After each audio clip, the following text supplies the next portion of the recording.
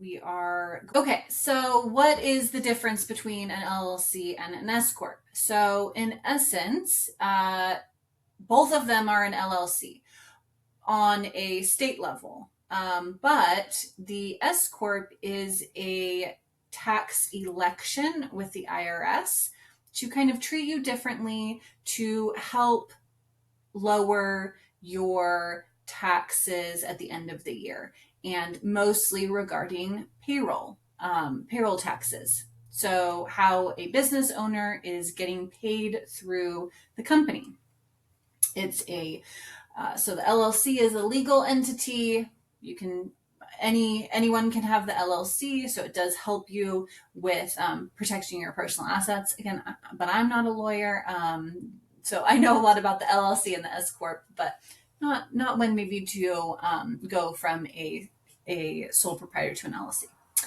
Anyways, it is a tax election with the IRS. And why would you do that? So in the taxes, the LLC, basically all of the profits are taxed and are part of the self-employment taxes. So any profits that you get, the owners must pay self-employment tax. So if you're 100% owner, you would pay all of the self-employment taxes. If you were 50-50 and you split your profits that way with a different partner, then you would pay your portion of the self-employment tax and the others. It is a lot simpler as there's not as much paperwork and regulation to go through as the S Corp. And it does make a lot of sense when you're just kind of first starting your business and you don't have that regularity of income that's coming in. An S Corp, though, you are basically going to split your salary and distribution. So this time when you're an S Corp, you won't have to be fully taxed all of the payroll taxes on your net income. You will be taxed on a portion, so your payroll taxes, and then any distributions, those are not, or just profits, those are not subject to self-employment taxes. And this can help reduce taxes. What am I actually saying? Let's actually go into some numbers and kind of show you what's happening. Okay. So, for example, we have our sole prop or LLC, and so we have the LLC on one side and the S Corp on the other. So both of them have a sales of 300,000, and then both of them have the expenses of 120. Now, what's different in the S Corp is that you are required to pay a reasonable wage to the owners for whatever your job is. So whatever is comparable to the market. The IRS doesn't give like very specifics, but just think that if you were to replace yourself, how much would you have to pay someone else to do your job? So we start with the 300, 120. So we all have those expenses, but the S Corp has 72,000 in wages. And then they also incorporate the payroll taxes. So payroll taxes, as you know, there is an employee side, which the employee pays, and the employer side, which the business pays. Now, when you are an LLC, you're basically paying for both, and same with an S Corp, but it's just the way and where you deduct them is what is actually what actually matters. Okay, so our profit for the LLC is 180, and you can see that the S Corp is already significantly down at 102,492. And this is also only encompassing the IRS, the federal taxes. It does not incorporate any additional if your state has other taxes involved with payroll and employees. Think of LNI or workers' comp and unemployment. So those types of things, I am not accounting for those, but. Anyway, so you have your profit as 180 and 102. So now we're going to go down further. Okay, so now what we're looking at here is, okay, well, how much is our taxable income? So we do have to incorporate our wages as taxable income. So on the S-Corp side, you see 72,000 here, and your 102 from above, that profit side, is also part of your taxable income. So you have 72,000 and 102, so you have 174, around 500 for your S-Corp taxable income. Now, for your LLC, what you have is you have 180 of that original net profit. And then on the tax form, you are allowed to take half of the payroll taxes and deduct them as a business expense. This is a tax portion and not on your profit and loss. So half of the 180, so let me back up a little bit. So the 7.65% is the employer only portion of the taxes. So that's going to be the same thing here. The payroll tax of 13,000. So 7.65% of 180 is going to be that 13,770. So on the LLC, you have the taxable income of 166. So slightly less than the S-Corp, but already you can see that the payroll tax is higher on the LLC than we have already paid on the S-Corp. The S-Corp, we've only paid 5,500 for payroll taxes, and on the LLC, we have paid 13,000 on the payroll taxes. Let's continue down.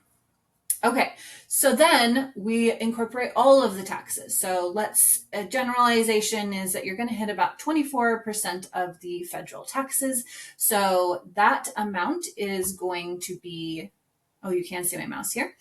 I'm utilizing my mouse. Anyways, so the federal tax rate is going to be on this taxable income. So as the LLC has a slightly lower taxable income, your same thing will happen on your federal side.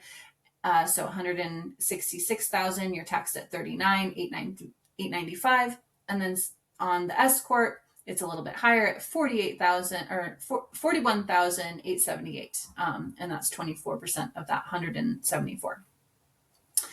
And then so when you are an LLC, you must still pay self-employment tax. It's just done in your estimated taxes or at the end of the year. You are required to pay this. You cannot get out of that piece. You can deduct that 13,770 that we talked about just prior from your as a deduction to lower that taxable income, but you still have to pay 27,550 of payroll taxes to the IRS. When we look at the S-Corp, though, if we encompass both the employee and the employer side of the taxes, this is significantly reduced to $11,016. So at the end of the day, you can see that the LLC, they have paid a total of $67,435, where the S-Corp has only paid $52,894. So this is reducing your taxes owed at the end of the year. All right, bringing it all back. So we have a profit for the LLC of $180,000. The S-Corp has $102,492. You have to incorporate your wages of $72,000. We have a total taxes on the LLC, $67,000. So 180 minus all of the taxes, 67,435. In your bank, you potentially are getting 112,565 at the end of the year. So that is cash in your bank that you took home. Potentially, you may not have taken all of the profits, but just in general rule, that's what we're looking at. When we look at the S-Corp, though, we're taking our profit plus our wages minus our $52,894 for taxes. In the bank, we actually have $121,598. So in all, it is all a tax strategy in how to legally pay less taxes. This is not tax evasion. This is